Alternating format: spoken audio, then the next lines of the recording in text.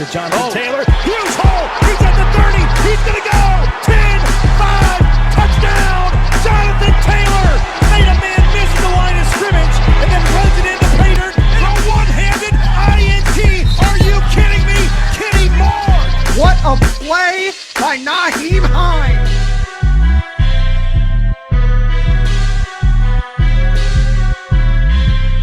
Horseshoe is back, baby.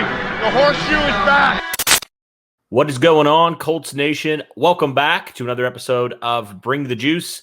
My friend Lawrence Owen joining me again. Lawrence, it's been a little bit. It's been a little less than a week since we were up there at Grand Park in training camp, and I know you've been back a couple times since then, and there's a lot in the 7 days that the Indianapolis Colts have been practicing that we can notice. Obviously, we talked about off-air the injuries that have happened. We've already touched those, and we don't really want to talk about those for a bit because those are some bad memories, some bad thoughts there. But there's been a lot of good, though, amidst the chaos of week number 2.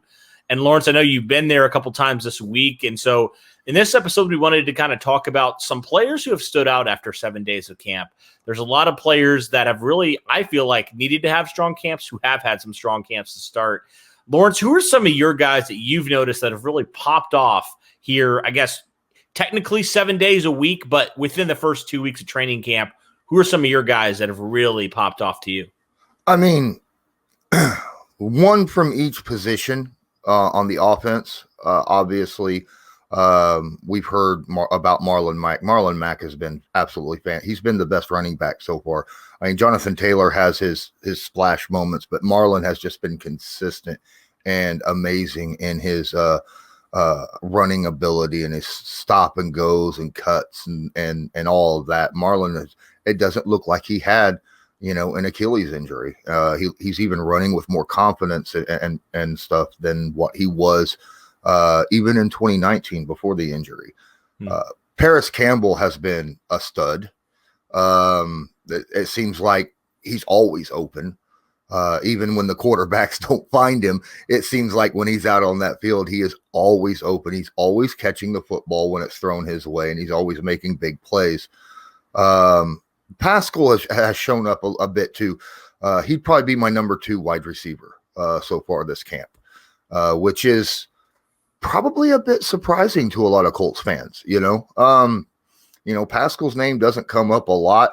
I know last night the Colts tweeted that play that he put Kenny Moore on skates, and I was sitting there and I saw that play, and I was like right in front of me, and I was like, dude, Kenny just got burnt bad, and Pascal's been doing that kind of stuff pretty much the entire camp, but it's not been really publicized, And then of course it tied in. Jack Doyle has been Jack Doyle 2.0, right? He's showing a lot more burst, catch and run. When he catches the football, he gets open pretty well. And then his turn upfield and go seems to have a lot more juice to it than what we were seeing last year or even the year before. So I really do like what I'm seeing from Jack Doyle as well. But that's your offensive guys that I have noticed that have really stood out. Now, there are some defensive guys. You want me to go through those as well? Yeah, for sure. Okay. Defensively, guys who have straight up stood out to me, obviously, Kimoko Ture, again, another guy who had an injury, seems to have that burst, that outside edge. He's not really been utilized in stunts and stuff yet, but it's early in camp and they're just working on basics. But his outside speed rush is just absolutely phenomenal from what I am noticing. Bobby Okereke seems to be around the ball a lot in the passing game. Has had a few picks himself. The second and third team, Ben Banigou has been the star. Mm-hmm. Okay. I haven't seen a lot of Ben Banigou with the first team yet, but he has had multiple sacks in the second and third teams. I'm wondering why the Colts have not pushed him up a little bit to see what he could do against the starters, though, because that makes makes me wonder. I mean, a lot of these second and third team guys that he's practicing against, they're not even going to be on the team, right? They're not going to make it. So why not give him the opportunity to showcase what he could do against, the Sam Tebbies or the Holdens, or even on the other side, against Smith or something. Grover Stewart has had a very good camp thus far as well. He's clogging lanes. He's blowing by whoever is at center. He's generally lined straight up across the center rather than Mark Glowinski. I have been noticing that I'm seeing him against the center more often, and the center seems, obviously is not Ryan Kelly, but he's just blowing right by him. And a lot of times that's guys like, Pinter, which is kind of a, what? So I really do think that there are some guys out there that are standing out on defense, on offense. Another guy on offense that I haven't brought up because frankly, his name hasn't came up all camp out of anyone's mouth. And because it hasn't came up is why he's having a really good camp. And I just mentioned him in Mark Glowinski. Not once have I been, Mark Glowinski just got burnt. That guy got over on Mark Glowinski. I have said that about every other offensive lineman thus far. I've even said that against Quentin Nelson earlier in the week where, Quentin got beat once. I have not said that about Mark Glowinski this entire camp. And that is a very surprising thing. And once I realized that, I was like, that's got to mean he's having a great camp, right? Right. Yeah, I'm curious, staying with the offense here, what have you seen out of Jacob Eason? Because it feels like, it almost feels like, and we talked about this before, Jacob Eason, it seems like when it's bad, everybody makes it out like it's the worst thing in the world. Now, it hasn't been necessarily great, but I feel like it's been a little bit overblown how quote-unquote bad Jacob Eason has been in camp. What have you seen from an eye test? All right, from what I've noticed from Jacob Eason, he's right where I think he should be. That's why I'm like, he's not a standout guy, right? I mean, if he was out there throwing around like Andrew Luck and stuff, then I'd be like, well, he's standing out. He's a redshirt freshman. All right. He's going to make mistakes. This is what this training camp is about, is learning to work on the things that you're not good at. But what he is good at, he is really, really good at. If he's standing still in the pocket and has a moment to get through his progressions and throw that football, he's putting it on the money. He's putting it with some zip on the ball, and he can place it anywhere on the field. What I've seen from him, because I've seen the tape, so I'm not surprised by that, right? I've watched his all 22. I know he has that, and he has that at the NFL level, and he's an incredibly good pocket quarterback. He's gotten better at going through his progressions, though. He's not staring down guys. That's something else I've noticed that he has improved on in camp. That he's not just staring at guys and throwing them downfield, waiting for them to get open. He is taking check downs when he needs to. He's get the completion, get 5-6 yards if you need to. At least that's, the opportunity to move the sticks rather than hitting the home run every time. The only issue that has really stuck out that he still has a lot to work on, and we all knew it, is when there is pressure on him. When he has to move and throw, it seems like there's something not right with his mechanics where he doesn't set himself properly or something when he throws the football, or maybe he's not able to really put in his own momentum into his mental configuring on when he throws, but his accuracy is off when he's on the move. Not that he can't move. He moves rather well. There's been multiple times where I've noticed he's been under pressure, and instead of running out to the side and throwing it, where he just like, heck with it, and he takes off with it and runs for some good positive yardage. All in all, I think Eason's done pretty good the majority of the camp. He had one bad day, but there's been reports where Eason's like, 12 or no, he was 13 of 18, right? With no interceptions and there was some check downs, but I'll take that. I think that's a good day. I'm okay with that. But then there's days like yesterday when he's 9 of 12 and hit 3 guys deep, barely missing a fourth, and T.Y. Hilton, which hit his hands and he dropped it. had about 2 touchdowns, no picks. It was a fantastic day. But yeah, I think the report on Eason is a little bit overblown. Just like I think that the report on Sam Ehlinger is a little bit overblown as well. Whereas certain local media reporters are saying that he's doing a fantastic job and caught the eye of everyone. He's good moving in the pocket, but he does not have arm strength. It seems like he's shot putting the ball out there, and his accuracy is a little, there and gone at times. And when you don't have the arm strength, you need to be incredibly accurate all the time. And, similar to how Phillip Rivers was. So, yeah, in my opinion, Eason's been the best quarterback that the Colts have seen, even over Wentz on a consistent basis throughout, even though Wentz only practiced 2 days, both those days, I think Eason played better than Wentz did those 2 days. Wow. I mean, that's certainly positive news for Eason people, right? Especially if Wentz misses some time there. You feel a little bit better, like, okay, he's making progress. And that's, Lawrence, that's something I even said. Like, I'm not expecting him to take this, catastrophic leap from day to day. I just need to see the little things, continual progress in Jacob Eason's game. And it seems like he's trending that direction.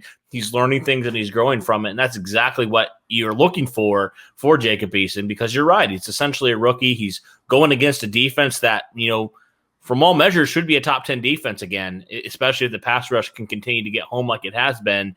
So I'm excited and I'm encouraged for Jacob Eason and just what we've heard from him. One guy that the people have talked about a lot that really stood out has been Mike Strawn. What have you seen from him? That the 7th round pick, but he's a physical freak. He just seems like he's a different type of receiver from anybody that the Colts have on their roster. You can't miss number 17 when he's on the field. He's like one of the biggest guys out there. He's just a big dude, and he's got some good speed to him. His natural abilities are amazing. And he has made some plays that make you kind of drop your mouth and go, wow. But the reason why he's not on my list of guys that really have stood out is because he is very roller coastery in his production. Whereas one play, he'll have this great, amazing play where he stretches the field and burns a guy and then catches a touchdown. But then the next play, he'll be standing there wide open and just drop it when it hits him right between the numbers. He's had a lot of drops this camp. He's had a lot of opportunities and a lot of drops, but he's also made big splash plays at the same time. He kind of reminds me of what we saw from Pierre Garçon while he was with the Indianapolis Colts, right? You could expect the big splash plays from Pierre, but you could also expect those let down drops and things like that when you most needed him. So, and I'm not saying that's something that's going to stay with Strawn the whole time, because he's a rookie and he was a late round pick and it's early in camp, and he's got plenty of time to work on a lot of stuff. I like what I see from him. He needs to get a more consistent. That's all. Yeah, for sure. I mean, he's a 7th round pick. Like, you're not expecting him to come out and start week 1 at all. And maybe he won't even he has a chance, I think, to make the final 53, but he's not locked in stone like he's going to even make this roster. So hopefully he continues to stack days, kind of like what the Colts have looked for in some of their, former 2nd round pass rushers. They want them to stack days. Hopefully he can do that, be more consistent here now, the second half of week 2 and going into week 3. One last question I had was about Kwity Paye, because it seems like from all what I've heard, Kwity Paye has been kind of whipping Sam Tevi over there at left tackle, and maybe not even just Sam Tevi, maybe Will Holden as well. What have you seen from the Colts' 1st round pick? I've noticed that Kwity Paye, when he is able to get around the edge, or whether he beats you outside or inside, he's got a good jump, right? It's like that initial jump he has is amazing right off the ball, and he's able to get around defensive ends.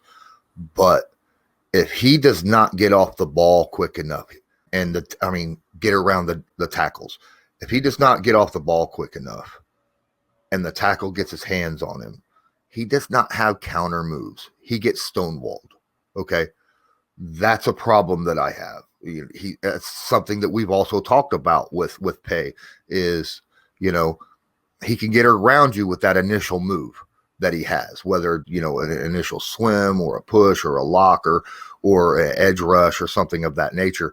But once someone has him and has him locked off that first thing, he has a problem getting around, and you'll see him kind of lose ground a little bit. I'm looking for him to start learning counter moves and putting those to the test as well, because if that happens, Kwity could be a really dangerous man off that edge. Mm-hmm. He certainly can. I'm excited for him. It seems like he's had a strong start to camp, but obviously with every player, there's things they need to work on. And that's the thing for Kwity, is that counter move. So looking forward to that, man. It's going to be a lot of fun. Are you going out to camp anytime soon again? As you can see, I've gotten a lot of sun this past week. I am burnt really bad in a lot of different areas, and I'm going to let my skin kind of heal a little bit. I will go back early next week. Now, as for my partner, my co-host, Loyalist, I believe he's got plans to meet you later this week, right? I don't know. We haven't really talked about it, so maybe he was talking about you saying something about Friday, and he was talking to me about possibly getting tickets and going up there and meeting with you. Oh, well, I'm not planning on going this Friday. No. Okay. I'm not sure. Maybe Derek is. I'm not planning to. Okay. All right. I'm planning to go next Wednesday. There's the joint practices with Carolina. I'm planning to go there on Wednesday, but Wednesday's a day I probably will end up showing. I want to go to a joint practice. I missed 2019's joint practice, so I want to go this year as well. So that's something that, maybe we'll meet up again as well. So that'd be cool. Absolutely. But yeah, I mean, me and my co-hosts are trying to alternate days. We went a couple days together, and we found out that if we alternate days, we could get a lot more coverage in content for people, eyes on the field rather than going together. So that's what we're kind of working with. Okay, sounds good. Well, it's going to be a lot of fun, man. I'm excited for next week when Carolina does come to town, because we've seen Jacob Eason in practice. Now I want to see him against another defense. I'm really looking forward to that. Definitely. It's going to be very telling for where a lot of these players are, not playing against their own guys, playing against another team. I'm really excited for that. But thank you, Lawrence, for coming on, man. Always a pleasure having you on and giving your insight on different things, and especially camp now that football is officially back. Crazy to me, man, that tonight is the first preseason game. The NFL is officially back. Can't believe it. But wow. I know, it's wild. I am like blown away that it's actually here. Like, it's crazy. Yeah, I am too. I didn't realize that tonight was the first preseason game. That's amazing, considering, last year we didn't have a preseason, right? It seemed like it took forever to get through the off season before that first game. And now it's just, now that it's here, it seems a lot faster than what I remember it being in years prior. So I'm really excited. Yes, absolutely. Thank you guys so much for tuning in. Really appreciate you listening to us talk about a little bit of some of these guys who have stood out here 7 days into training camp.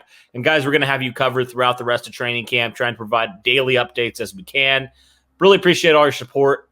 Thanks, guys, for tuning in. And as always, go Colts.